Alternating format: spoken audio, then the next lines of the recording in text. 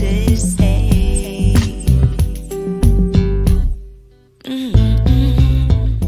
Hi, and welcome to Pillow Talk with Angela. I'm so excited because as soon as I heard this man's voice on his new song, I was like, all right, who do I need to call to get him on the show? And I tracked her down, Valerie, and she gave up the digits and contacted his people, his other people. And anyway, he's all ours tonight for some pillow talk. And he's a singer, songwriter, producer extraordinaire. His new song, Till I Get Back to You, is on fire. You know, we're playing him as much as possible all over WHUR. And let's bring this Grammy nominated singer right on the stage. Please welcome Alvin Garrett. Yay!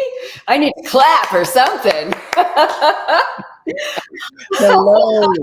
Hi, how are you doing, Alvin? I am wonderful. I'm wonderful. How are you? I'm good. You know, I meant what I said.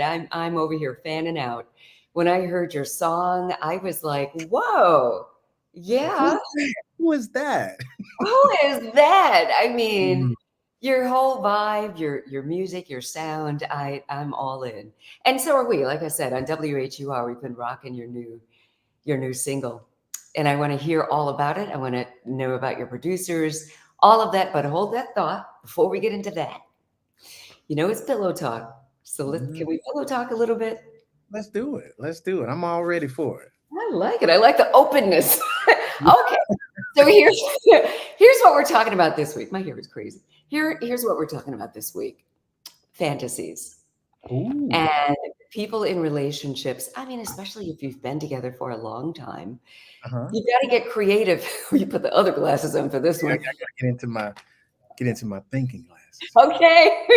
So we're just talking about it. I mean, it's a reality. Some people admit it, some Hmm. people don't. Maybe, Right. maybe some people do it and some don't.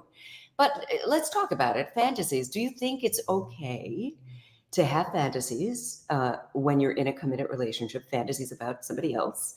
Ooh. Um, and depending on your answer, should you tell your partner? Well, I think it's okay to have fantasies about other people while you're in a committed relationship.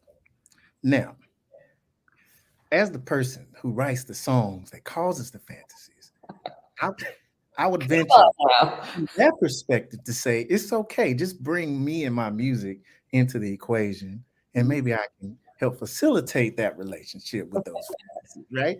And so that's my answer as an artist. Now, as a man, I don't think it would be wise. You know what I mean? To say, "Oh, I'm fantasizing about this other person." Now, I will give you a disclaimer. I am a Southern boy, born and raised in Alabama, so I do have a little bit of that traditional approach to relationships. And I acknowledge that. I know that there's a lot of approaches, but I have to say that I am traditional. I'm Southern, and I take that Southern gentleman approach. And if my woman is fantasizing about somebody else, that's fine. Just don't tell me. Just don't tell. Let Just me think it's tell all me. me. It's all me. You think Yeah. that's funny. I love that. That's really honest, right? Yeah. I mean, It's you honest. know, real talk, I don't think I'd want to know either. But do whatever you need to do to bring you joy and to be in this moment and be fulfilled. Yes. However, okay, so let's take it somewhere else. Okay. Should there be, I don't know, like some kind of a rule that maybe don't fantasize about my family members or my inner circle of girlfriends? Or can you put any rules on it? Well, the word rules, right? If you're in a relationship where you feel you have to have these rules, um, then that's a problem, right? The way I see it is you have to have agreed upon boundaries. I like to, say like this glass of water.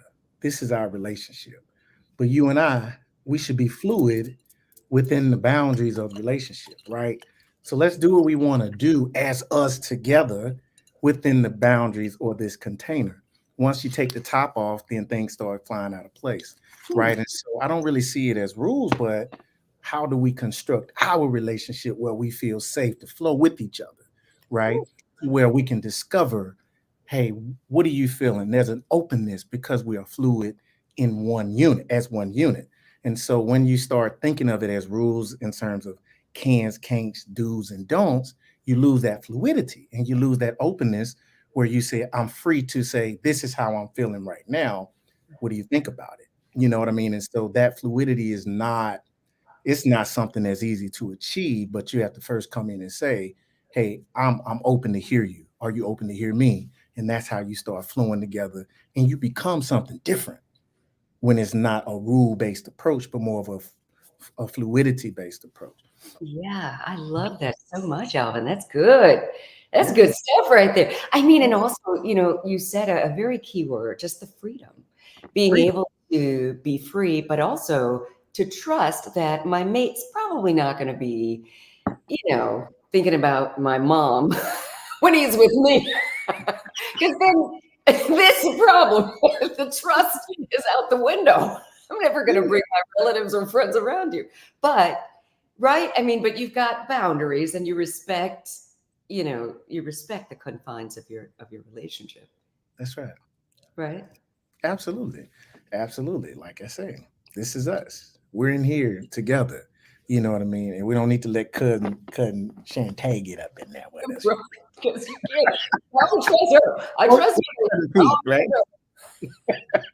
that's funny. I love it. Well, thank you. And we always talk about communication and better ways to communicate in relationships. And what you just displayed is a great way to handle this. I mean, even something that can be delicate depending on your relationship, Right, right. right? I mean, because some are more open than others. I was talking to a male friend of mine who Mhm. was talking about fantasies and how in past relationships he tried to bring it up, but she was so rigid and, put off by the notion that he would fantasize about anybody other than her that it Right.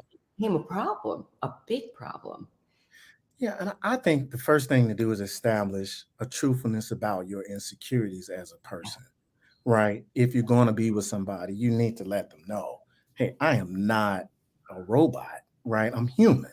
And that's for a man and a woman. Like if you try to treat your woman or your man as if they shouldn't have feelings about something like that, that's unrealistic, right? It is unrealistic because First, we all that's unrealistic first because we all have some level of insecurity, right? Everybody. every, And as a man, I think it makes you stronger to first admit, here is where I'm slightly vulnerable. And, you know, for me, I wouldn't be upset saying if my woman's looking at another guy. Look at me. I'm like, okay, whatever, you know. nothing to but worry about. but if I felt like I wasn't providing or didn't have the emotional connection and you needed somebody else, that may hurt me more than you physically looking at somebody, Right. right? So, but I know that I have a desire to communicate, a desire to have an emotional connection with my woman. So that would be the softest spot for me, right? And Mhm. some women may feel that same way emotionally, physically, but when you go into that space with that person, they begin to feel safe with you. And then you can share and say, you know what, baby, I don't want to hear nothing about no other woman. Okay. Now at that point, that boundary in that lane has been set for you to respect. And that's what builds a person up is when Yeah. they say, oh, they respect my vulnerabilities. They don't Right. exploit them. You see what I mean? Yes, I do. I mean, and that's the big thing right there. It's Right. you want to be safe, Yeah. male and female in your relationship. You both want to feel like, okay, this is my best friend, and they're Yes. not trying to hurt me. They're trying to help me. You're trying to help each other build That's to, right. to become better people, better individuals. And so the last thing you want to do is have to hide who you really are and hide those soft, vulnerable spots from your mate, because then you That's can't be 100% in it. Yeah, I love it. And hey Sharon said Shantae can have any water she wants. You're She right can about have my water, baby. Dante don't care. But they don't care. She going for it. I'm taking your man. You better watch Shantae. Watch it. Watch it. I mean, as a songwriter, and you've written for so many amazing artists, amazing top tier artists, and as you mentioned, these are the kind of things that give you fodder for your songwriting, Yes. right? These Yes. scenarios of life. So tell us about this one. Tell us about "Till I Get Back to You" and what went into it, what inspired the writing, all of it. Absolutely. Well, what's interesting about this particular song is I have been spending a lot of time, working with young people that have been incarcerated. So I'm gonna take you somewhere. Oh, Right. So okay.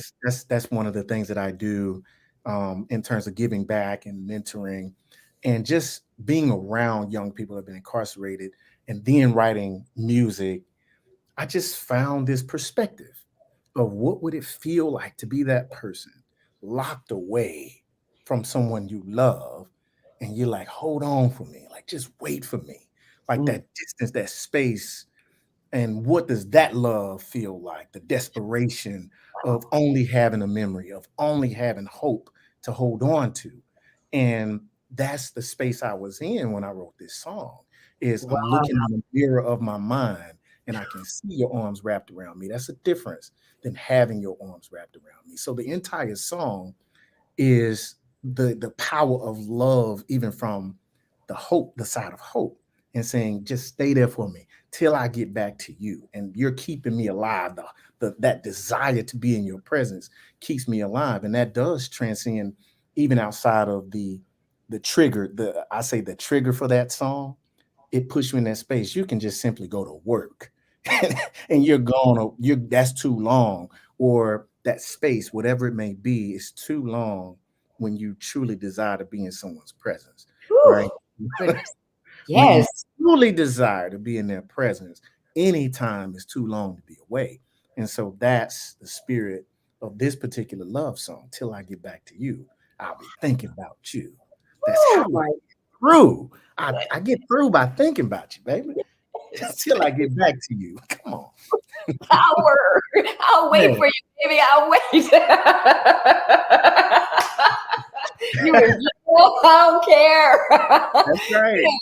That I love that you're, very philanthropic and you do give back. And that's something that, I know a lot of us don't really think about. I had never thought about that. And just the emotional I don't know, crisis that you're in when you just have no access to the one you love. I Absolutely. mean, no access, only the memories. And so just honoring the people and helping them in that way with a song like this Yeah. is just beautiful. I love how you just said that, an emotional crisis. Yeah. That's exactly I'm going to use that. Just give me You permission to should. borrow it. That's This yours. song It's is about yours. that. Yes, the emotional 'Cause crisis. that's real. I mean, if you've ever been to the point in love with someone, and I thank God that I have, and I have that, Mm, where you just want this other person to be good. You just yeah. want everything about them to be taken care of. You love them so deeply, you could spend every waking moment with them, Mhm. if and be fine. I mean, space is good too, but but to love that deeply and to not be able to even put your eyes on them, Right. has got to be just just really something. And the emotion that we feel when we listen to your song, Alvin, it cuts through. Good. And when I record, I always pour everything in me into my records. Mm, mm. And having written songs for other artists like Joe, Fantasia, Kelly Rowland, and trying to make sure that their listeners and their fans feel that same passion and conviction, right? Like that's a part of, everything that I do. And I think about one song that I wrote for Joe called I'd Rather Have a Love. Ooh, And that's a just powerful think, song. I'd rather have a love than have a life alone. And I was thinking, okay, here it is, this iconic R&B artist who's been around for 20 plus years, yeah, I want to know and take your man and all that. But when the woman gets a little older, she don't want you to come take her from nobody.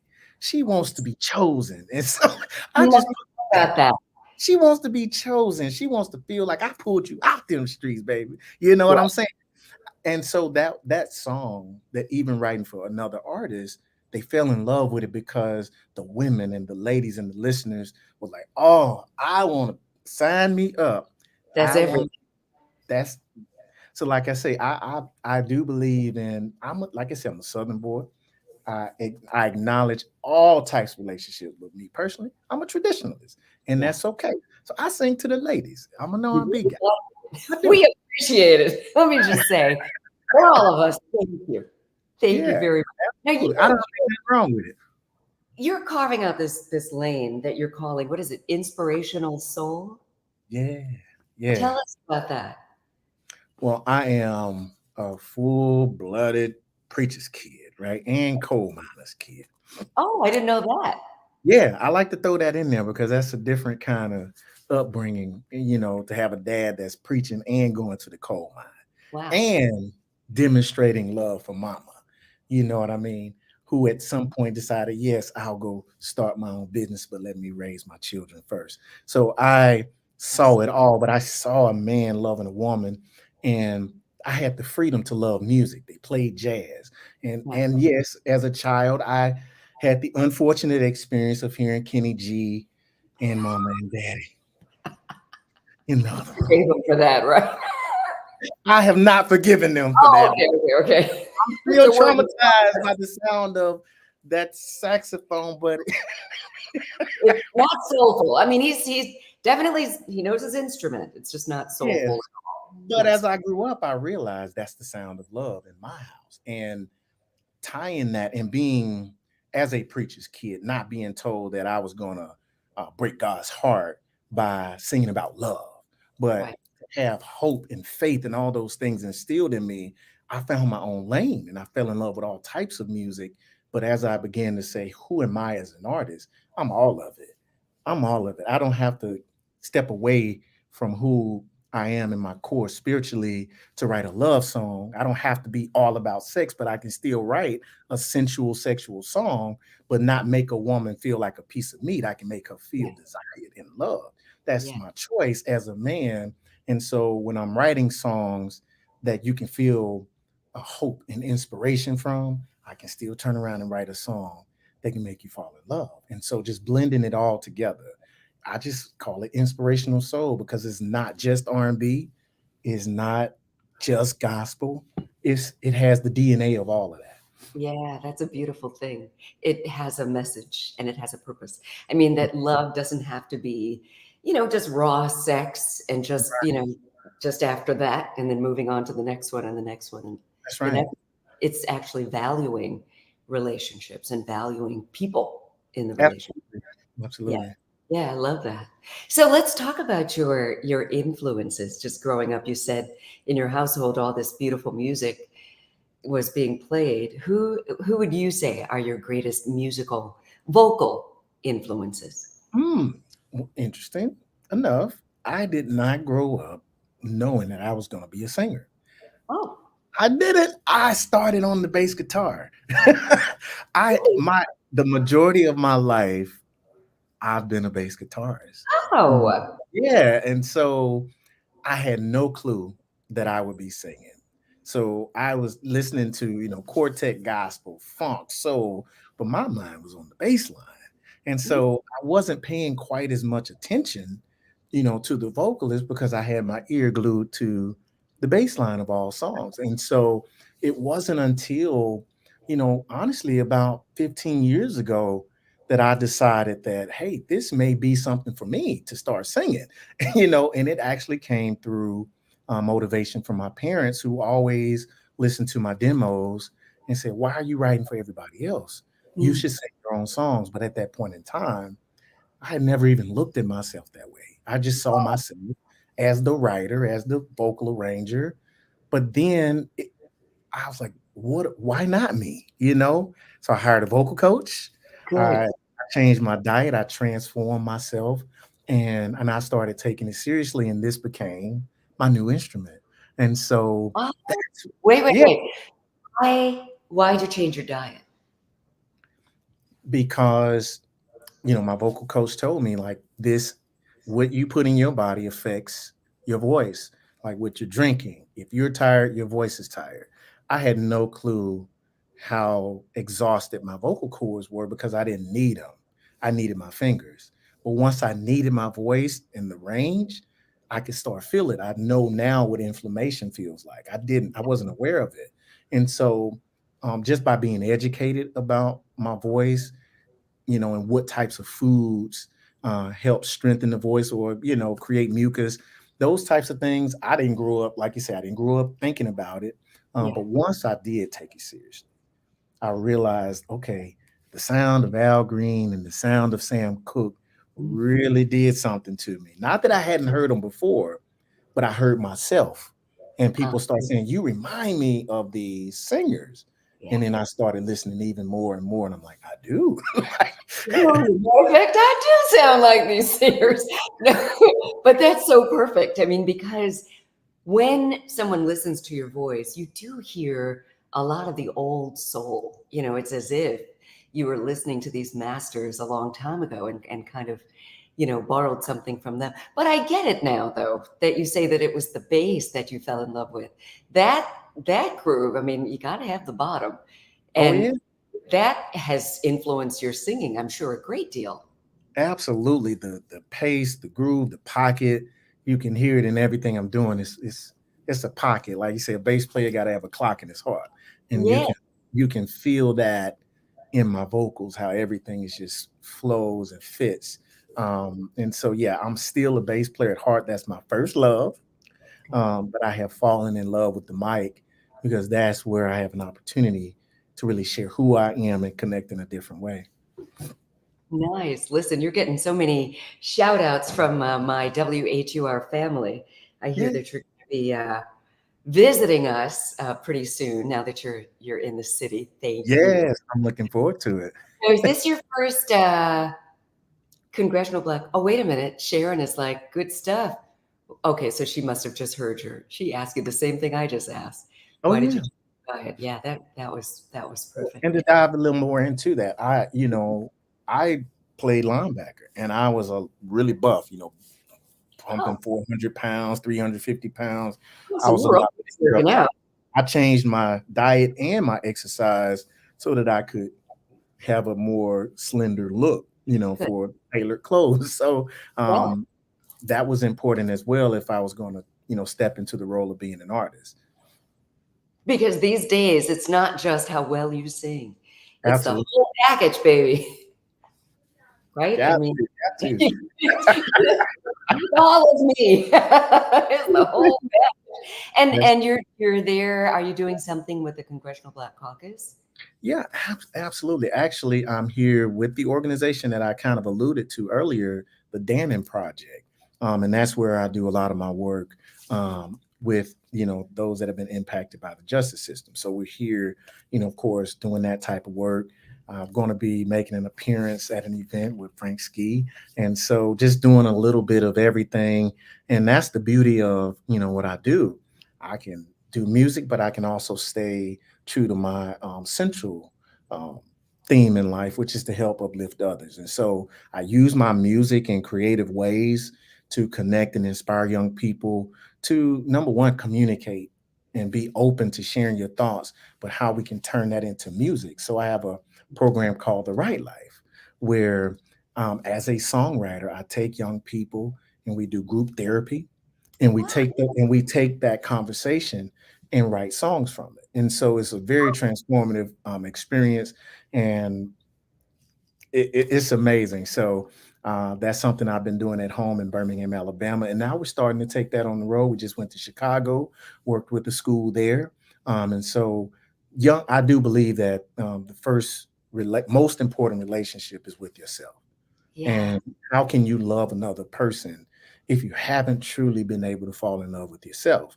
Yeah. And so by, teaching young people, especially our young men, how to acknowledge that I'm hurt, how to acknowledge that that does not make me a weakling or Yeah, harm to longer. Yeah. know that I've been traumatized or that I'm hurt and I need a relationship or a connection with somebody else in Mm. order to strengthen myself and have something to give. And turning that experience into music, it's a wonderful experience. Oh, that's so beautiful. So you're from Birmingham. That's where my mom was from and my grandmother. I've never been there, but you could be my cousin. Let's go ahead and call it. Hey, cuz. Hey, cuz. I'm good. Good to see you. That is really beautiful. I love your heart. I love what you're doing and giving back, and it goes a long way. I mean, these kids, I'm sure, will never forget you. Now, I remember mentors from when I was a little girl. I don't, I'm sure I'll never run into them again, but what an impact. What an impact. And so good for you for taking advantage of this beautiful role that God has placed you in and given us good music, but also, putting good out into the world in many ways. So Yes. everybody, I hope they go out and get your music till I get back to you. And I guess that's the title That's cut it. from your upcoming Till I CD. get back to you. Yeah.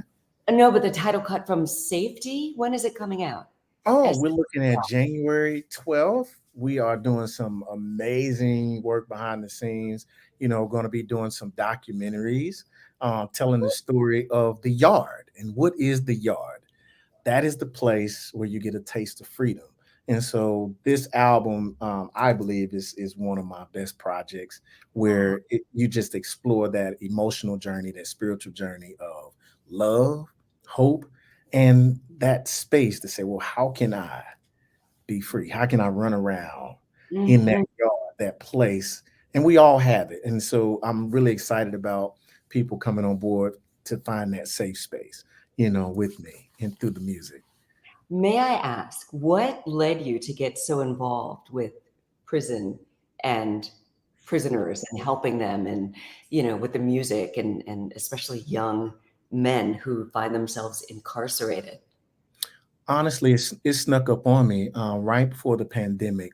The founder of the Dannon Project, Carrie Pruitt, invited me to teach my class. And I'll be honest, I spent the majority of my life staying away from that population, to be honest, Mhm. because stay away from drugs, stay out of gangs. I Yeah. was told not to get close, but just watching her and the way she loved people into redemption, honestly, the first step was conviction. I felt like, oh, I thought I knew what love was until I saw it in this Mm. context. And I said, I want more of that. I Yeah. want to help the Yeah. helpless. And so I dove in. I dove in.